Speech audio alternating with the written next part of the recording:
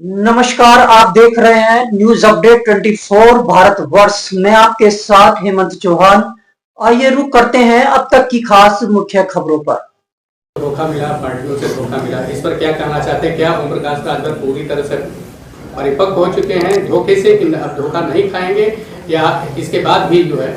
देखिए जब ठोकर लग जाता है ना, आदमी बचा के चलता है कि लगे न पावे। तो हम ठोकर खाते खाते सीख लिए हैं कि कैसे ठोकर लोग देते हैं, कैसे आदमी धोखा खाता है, तो उससे सीखते हैं। तो इस नाते कोई बतियाता है तो अब समझ में आ जाता है कि किस दिशा में जा रहा है। अच्छा, मुख्यमंत्री जी ने कहा गोली खाएं, पुलिस गोली खाए, गोली बचाए। अच्छा, ये बताइए कि अपराधी गोली चलाए तो फूल को बरसा करी? पुलिस की भी ड्यूटी है उसकी जान बचाना, उसको पकड़ना। अपराधी गोली चलावे, पुलिस जो फूल को बरसा करी है? सही कह रहे मुख्यमंत्री। जा तो को कांटा बोए ताको वो भाला, वो समझ जाए कि पड़ा किसी से पाला। 62 सीटों पे चुनाव आप लड़ेंगे, मेरे सब आप जीत भी जाएंगे। अरे सवाल सुन ले। तो क्या कम से कम उप मुख्यमंत्री का पद मांगेंगे? देखिए, उप मुख्यमंत्री का सवाल नहीं है। सवाल 62 सीटें हम तैयार किए, गठबंधन में जो सीटें मिलेगी वो लड़ेंगे।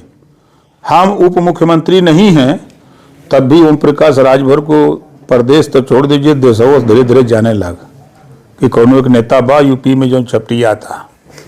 किस लिए छपटिया है? गरीबों की लड़ाई के लिए, गरीबों की समस्या के लिए, गरीबों के साथ लड़ने के लिए छटपटाहट है। तो शीर्ष पे नहीं जाएंगे तो और लड़ाई मजबूत कैसे होगी? तो कौन कमजोर? कम से आज की तारीख में कहाँ कमजोर है ये? आज के तारीख में कहाँ कमजोर है? सेना का भी गठन कर रहे हैं। अच्छा, ये बताइए, कुत्ता काटे लगी तो डंडा कुछ बयान है? तो कहाँ काट रहा है कि मतलब इस तरह की? अरे भाई, जब काट ली तब जावे डंडा लेवे। तो उसके इलाज के लिए तो सरकार लगी हुई है। कहाँ सरकार लगी है? अभी आप ही तो कह रहे हैं कि सब भाई कुत्ता के काटे आओ तो के बचाओ बदे सरकार लगल हो। तो ये सेना कुत्ता काटने के लिए नहीं, अब उसका एक शब्द बहुअरत यू तो जब शोभा के हित। किसी महिला के साथ अन्याय सड़क पर हो रहा है, खाली हाथ आप उसकी मदद कर सकते हैं? बोलिए। बजरंग दल टाइप सेना रहेगी? हाँ, हमारी राष्ट्रीय स्वयंसेवक सेना है। इसके काम ये है कि पहली बात तो कि आज के तारीख में उन आरएसएस के माध्यम से, अपने राष्ट्रीय स्वयंसेवक सेना के माध्यम से जो 12 साल 14 साल 15 साल के बच्चे हैं उनको हम लोग ट्रेनिंग देते हैं। एक लक्ष्य बना करके पढ़ो।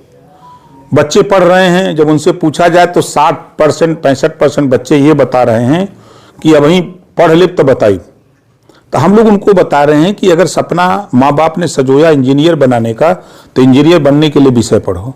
अगर माँ बाप का सपना डॉक्टर बनाने का है तो डॉक्टर बनने का विषय पढ़ो। आप माँ बाप का सपना है अगर आपको फोर्स में जाने का, तो आप उसकी तैयारी करो। इस नाते हम लोग उनको इस माध्यम से दूसरी बात उनको सिखाते हैं कि अगर आप जा रहे हो सड़क पर, कहीं किसी महिला के साथ अन्याय हो रहा है, तो उसके साथ कम से कम पुलिस को फोन करो और उसके साथ डट के मुकाबला करो। कहीं एक्सीडेंट हो जा रहा है, लोग भाग रहे हैं, लेकिन तुम मत भागो, तुम उसको हॉस्पिटल पहुंचाओ। तो हम लोगों का उद्देश्य सामाजिक है।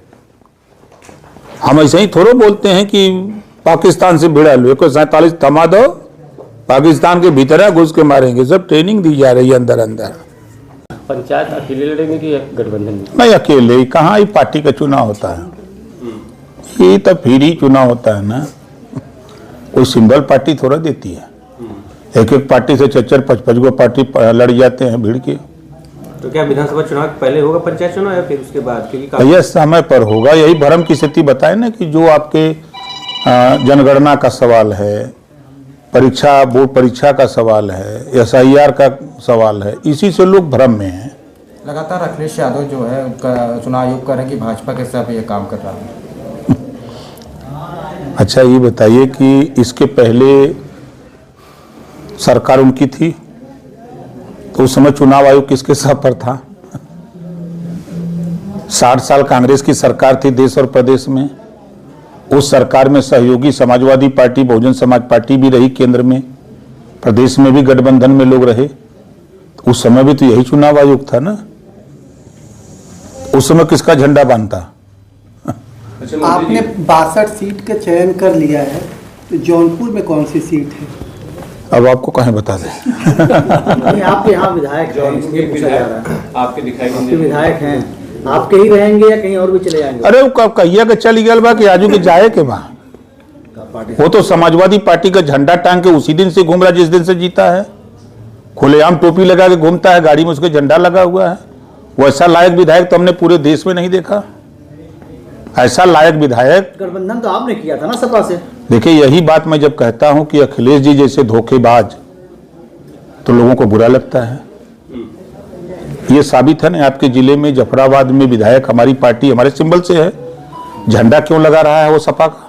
तो आप कार्रवाई क्यों नहीं कर रहे? क्या कार्रवाई करेंगे? निकाल दीजिए ना। निकाल दीजिए क्या या करेंगे निकाल के? रख के क्या करेंगे?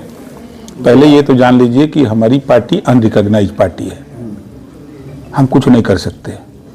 समाजवादी पार्टी नहीं कुछ उखाड़ पा रही है। गए हैं न विधायक उनके, वो क्या कर लिए, तो राजी दल है ना। यार तो हम क्या कर पाएंगे। सिंबल आपका रहेगा, पार्टी के दूसरे विधायक रहेंगे। देखिए, जो स्थिति अखिलेश यादव जी ने मेरे साथ तैयार किया, जो स्थिति कहा, सीटें तो उन्होंने दिया हमको 16 को, लेकिन ये कहा कि प्रत्याशी हमारा होगा। हमको भी कहा कि हमारी सिंबल से लड़िए। हमने कहा कि ऐसा नहीं कर सकते, हमारा प्रत्याशी भी होगा, हमारा सिंबल भी होगा। अंतिम दौर में होते होते तब ये तय हुआ कि अच्छा आप 2-3 लोग लड़ लो और शेष हमारी पार्टी के उम्मीदवार को लड़ा दो, सिंबल अपना दे दो। आपके जौनपुर में देख लीजिए, आपके बनारस में झंडा लगाकर घूम रहा है, आपके बगल में चलो, किसी भी जिले में चलो, देखो सपा। नहीं, एक आदमी पूछिए, हम खलिहर हैं। 2027 जो भी सीटें आपको मिलेंगी, आपके ही झंडे से प्रत्याशी लड़ेगी, भाजपा के झंडे से लड़ेगी? क्या दिखा आप 2017 में? नहीं, 8 सीटें मिली थी, 8 अपनी पार्टी का प्रत्याशी रहा, अपना झंडा रहा, अपना डंडा रहा, सहयोगी दलों के साथ मिलकर के चुनाव लड़ा गया। अनिल राजभर जी के क्या प्रकरण है? देखिए, वो बच्चा है, राजनीति में कच्चा है, हम उसके चच्चा हैं। अच्छा, आप उनके चचा। इस बार अखिलेश यादव की क्या हालत होने वाली 27 में? जो 2017 में हुआ था उससे भी बुरा हाल होगा। लोकसभा तो अच्छा लड़े।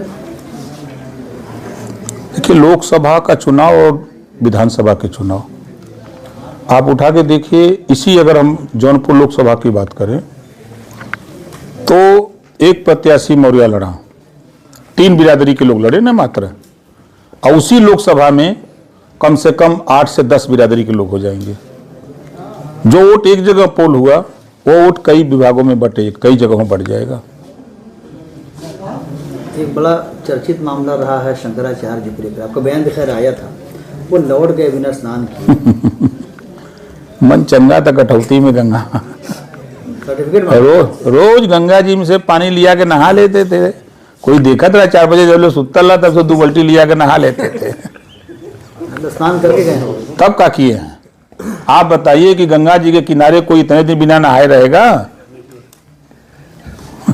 वो तो कहे थे कि बड़ा। अरे कहने के लिए, अब आप बताइए कि शंकराचार्य का काम है समाज में सद्भाव पैदा करना, कि मुख्यमंत्री से लड़ना, प्रधानमंत्री से लड़ना, उनके खिलाफ बोलना, ये साधु महात्मा को शोभा नहीं देता है।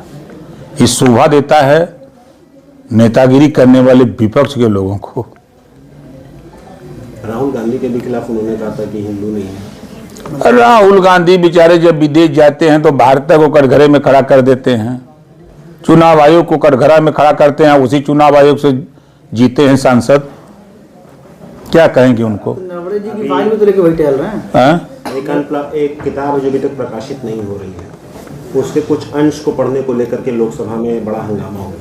अच्छा, ये बताइए कि जनता लोकसभा में चुन के भेजी है, चुन करके कि जाओ लोकसभा में तुम पत्रकार आयोग का गठन कराओ, तुम जाओ विकास के लिए कानून बनाओ, वहाँ से योजनाओं को ला करके अपने अपने क्षेत्र में क्षेत्र का विकास करो, देश के खुशहाली के लिए काम करो, कि वहाँ झगड़ा करे बदे मार करे बदे गल हुआ लोग। वो भी तो देश की रक्षा से जुड़ा हुआ मामला उठा रहे थे, जो चाइना के साथ चल रहा था रीचिंग बॉर्डर के पास। अच्छा, 60 साल जब कांग्रेस की सरकार हल तब चाइना का सवाल नहीं रहल, आज सवाल देखा था। नहीं, सवाल तब भी विपक्ष के लोग उठाते थे, जो पार्टी आज सत्ता में है वो तब विपक्ष में थी, तो भी कोई सवाल नहीं। देखिए, जनता को क्या चाहिए? रोटी, कपड़ा, मकान, शिक्षा, दवाई। इस इशू पर सरकार काम कर रही है। आप अगर उठा के देखिए, हर जिले में लगभग मेडिकल कॉलेज बन गए, हर जिले में। ये काम तो पूर्व की भी सरकार कर सकती थी। 2 एयरपोर्ट थे पूरे प्रदेश में, आज 22 एयरपोर्ट बन गए। आवश्यकता उत्पत्ति की जननी है। आप जहां हैं, पूर्वांचल एक्सप्रेसवे आपके सामने है। सड़कों का जिस तरह जाल बिछा है 10 साल के अंदर, जब से गडकरी जी ने काम फाना है सड़क का, यूं कह लीजिए कि अटल जी ने शुरू किया, और आज यूपी ही नहीं पूरे देश में सड़कों का एक ऐसा जाल बिछा है कि आदमी 10 साल पहले अगर वो 200 किलोमीटर दूरी 6 घंटे में तय करता था, आज वो दूरी 2 घंटे 2.5 घंटे में तय कर रहा है।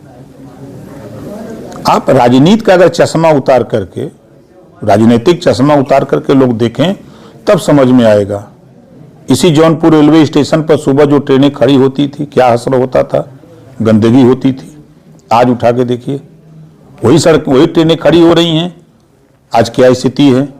आज रेलवे लाइनों का दोहरीकरण, सौंदर्यीकरण देखिए स्टेशनों का। जब आपके चश्मे राजनीति से प्रेरित होंगे, उस हिसाब से देखेंगे तो आपको नहीं दिखाई देगा। इस नाते कि विपक्ष अगर सरकार की सराहना करने लगेगा तो जनता वोट दी। जनता गिन जाता है कहीं कि जब कुल अच्छे काम करो तुम, तब तो उन्होंने क्या कराया हुआ, तब जा घरे। ओम प्रकाश राजभर कई बार राजनीतिक